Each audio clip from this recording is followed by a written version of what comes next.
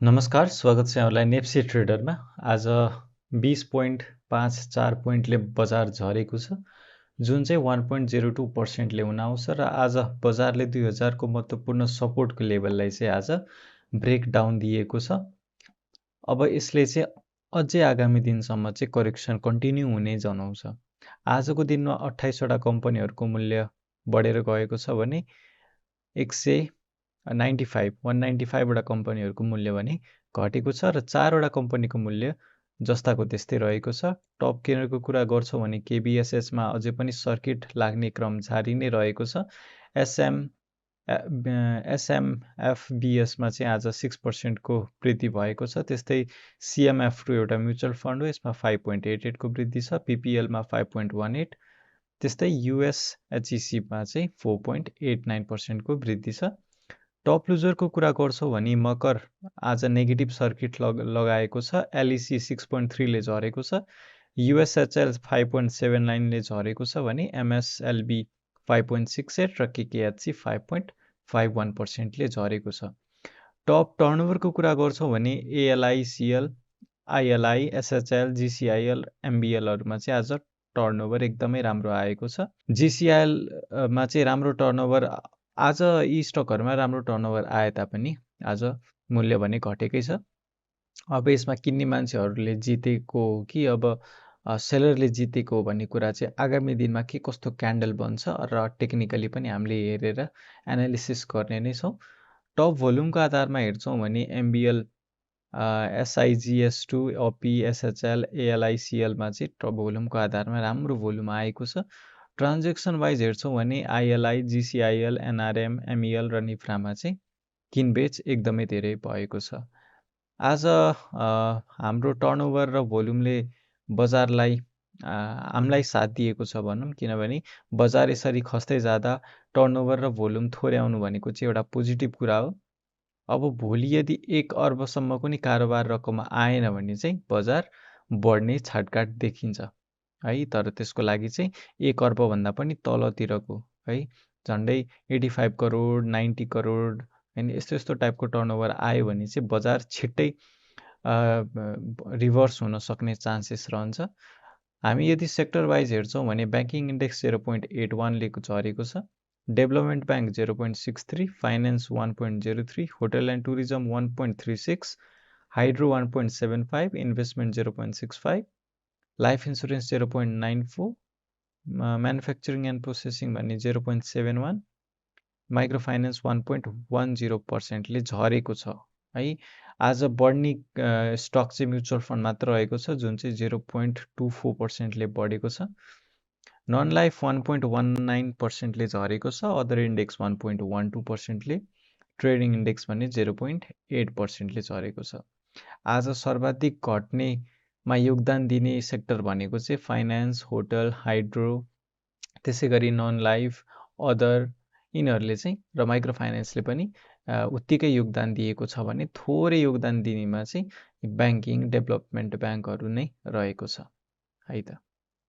अब लागौँ हामी टेक्निकल चार्टतर्फ है। आज टेक्निकल चार्टमा पनि हेर्छौँ भने अहिलेसम्मको लागि चाहिँ हिजो अस्ति 2 दिन जहाँबाट बजार फर्केको थियो त्यही पोइन्टमा चाहिँ आएको छ है। र भोल्युम पनि हेर्छौँ भने त्यो हिजो अस्ति भन्दा चाहिँ कम आएको छ। यसले चाहिँ रिभर्स हुन सक्ने सम्भावना पनि बोकेको छ।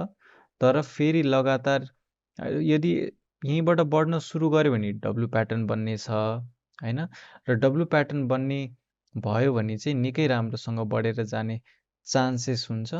अब यसबाट फर्केर गयो भने डब्लु प्याटर्नको एउटा प्याटर्न बन्ने छ र यस्तो खालेमा चाहिँ एक्सट्रिम बुलिस हुन सक्ने सम्भावना रहन्छ। यदि बारम्बार बटममा आएर यदि बटममा सपोर्ट लिन सकेन भने चाहिँ आगामी दिन अझै घटेर जाने सम्भावना हुन्छ। अहिलेलाई कम्तीमा पनि 1960 देखि 1950 40सम्म चाहिँ एउटा सपोर्टको जोन रहेको छ, डिमान्ड जोन भनौँ। त्योभन्दा पनि मुनि त्यहाँ पनि सपोर्ट लिन सकेन भने चाहिँ 1850सम्म चाहिँ बजार झर्ने देखिन्छ। अहिलेको लागि 1800सम्म त अब यो पालि मलाई जहाँसम्म मलाई पर्सनली लाग्छ एकदमै कम चान्स छ है। र अर्को सपोर्ट भनेको 1900 तिर पनि 1900 देखि 1920 मा नि सपोर्ट छ। अब मल्टिपल सपोर्टहरू चाहिँ आउने क्रम अब जारी हुन्छ है। अब यसले चाहिँ हामीलाई लगानीकर्तालाई आश दिने खालको सपोर्ट पनि हुनसक्छ होइन। तर यो सबै सपोर्टहरूमा चाहिँ सपोर्ट नलिएर तल झर्दै झर्दै पनि जाने सम्भावना रहन्छ। तर हामीले बुझ्नुपर्ने कुरा के हो भन्दाखेरि अलरेडी अहिले सपोर्टको लेभलमा रहेको छ है। र यहाँ पनि सेल गर्दा उचित नै हुन्छ जस्तो मलाई लाग्छ। किनभने यदि यो पोइन्टलाई ब्रेकडाउन दियो भने चाहिँ यो र यता र यहाँ चाहिँ सपोर्ट लिने चान्सेस एकदमै कम हुन्छ जस्तो मलाई लाग्छ। किनभने जुन तरिकाले यो झरेको थियो केही टाइम सम्हालिन खोज्यो, यो सम्हालिने टाइम चाहिँ एउटा मौका दिएको हो जस्तो हुनसक्छ है। र यहीँबाट रिभर्सल भयो भने त बेच्ने कुरै आएन। तर यहाँबाट झर्ने जस्तो छाटकाट देखियो भने चाहिँ तपाईँले त्यही स्टकहरू 1850 अथवा 1800 को लेभलमा नेप्से पुग्दा फेरि किन्न सकिहाल्नुहुन्छ है। त्यस कारणले गर्दाखेरि चाहिँ यहाँबाट झर्ने जस्तो यहाँ सपोर्ट लिएन भने चाहिँ हामीले सेल गर्छौँ। र यहाँबाट रिभर्स हुने जस्तो छाटकाट देखिएमा चाहिँ हामी होल्ड गर्न सक्छौँ केही टाइमसम्मलाई। र यो रेजिस्टेन्स जुन थियो यसलाई ब्रेकआउट दियो भने चाहिँ बल्ल हामीले न्यू बाइङको लागि हेर्न सक्छौँ। एटलिस्ट हायर हाई त बनाउँदै जानु पर्यो। यो हाई पनि भन्नाले यसलाई ब्रेकडाउन दिएन भने चाहिँ ब्रेकडाउन भन्नाले सो यो पोइन्टलाई पनि चाहिँ ब्रेकआउट दिनुपर्ने हुन्छ। त्यसै गरी त्यसपछि चाहिँ बल्ल हायर हाईको सृजना गर्न सुरु गर्छ बजारले र हामीले चाहिँ त्यति बेला इन्ट्री गर्दा ठिक हुन्छ। अहिलेको लागि चाहिँ बटम हो कि होइन कुरा टुङ्गिएकै छैन क्या। त्यस कारणले गर्दाखेरि हामीले अहिले बाई गर्दैनौँ। यदि हामीले प्यारलल च्यानल पनि ड्र गरी हेर्छौँ है, प्यारलल च्यानल यदि यहाँबाट ड्र गरी हेर्छौँ भने चाहिँ अब यो प्यारलल च्यानल चाहिँ यस्तो प्रकारको बनेको छ है। र यसको चान्सेस चाहिँ फेरि पनि तलसम्म जाने सम्भावना रहन्छ। अहिलेको लागि चाहिँ यो सपोर्टलाई ब्रेकडाउन नदिएसम्म चाहिँ हामीले होल्ड गर्दा हुन्छ। भोलिको दिन झर्न थाल्यो भने सेल गर्छौँ, बढ्न थाल्यो भने किन्छौँ भन्ने कुरा चाहिँ क्यान्डल अनुसारको चाहिँ एनालिसिस भयो। अब लागौँ हामी टेक्निकल इन्डिकेटरतर्फ। जस्तो एमएसिडी लगाएर हेर्छौँ भने चाहिँ एमएसिडीमा हिस्टोग्राम नेगेटिभ एरियामै बढिरहेको छ। स्टिल करेक्सन केही दिनसम्म जारी हुने सम्भावना देखाउँछ। आरएसआई पनि हेर्छौँ भने आरएसआई पनि खासै पोजिटिभ छैन। 40 को लेभललाई ब्रेकआउट दिएको थियो, फेरि 40 भन्दा पनि मुनि आएको छ। 40 मा सपोर्ट लिएको भए चाहिँ बरु हामी केही पोजिटिभ हुन सक्थ्यौँ। हिजोको दिनसम्म ठिक थियो, 42 मा थियो, तर आज झऱ्यो। त्यस कारणले आरएसआई अनुसार पनि केही दिन अझै करेक्सन हुन सक्ने सम्भावना हुन्छ। आरएसआई जति तल गयो त्यति नै कि घट्यो भने तेजीले घट्ने, बढ्यो भने चाहिँ अथवा रिभर्सल हुने चान्स, दुइटै चान्स हाई हुन्छ क्या है।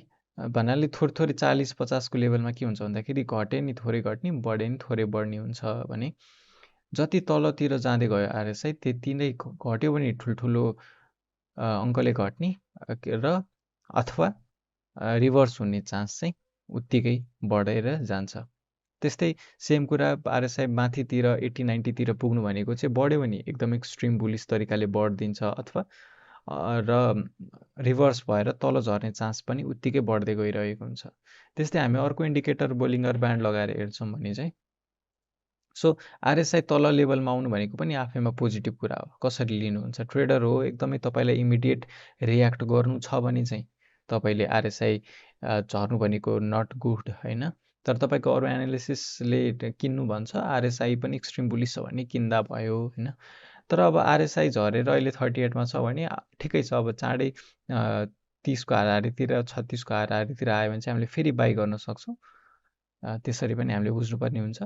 अब यदि बोलिङ्गर ब्यान्ड अनुसार पनि हेर्छौँ भने यसको लोवर ब्यान्डको नजिक आएको छ। भोलिको दिन लोवर ब्यान्डलाई छुन्छ भने चाहिँ यसलाई घचेट्दै केही दिनसम्म तल जाने सम्भावना हुन्छ। यही नछोइकन यहाँबाट सपोर्ट लिएर माथि गयो भने चाहिँ फेरि बोलिङ्गर ब्यान्डको लोवर ब्यान्डमा सपोर्ट लिएको जस्तो देखिन्छ है त। सो आजको भिडियोको लागि यति नै। भिडियो कस्तो लाग्यो? मन परेमा लाइक गरिदिनु होला। केही सरसुझाव छ भने कमेन्टमा बताइदिनु होला। र भोलिको दिन फेरि अर्को एउटा नयाँ भिडियोमा भेट्नेछौँ। हस्त आजलाई यति नै। धन्यवाद।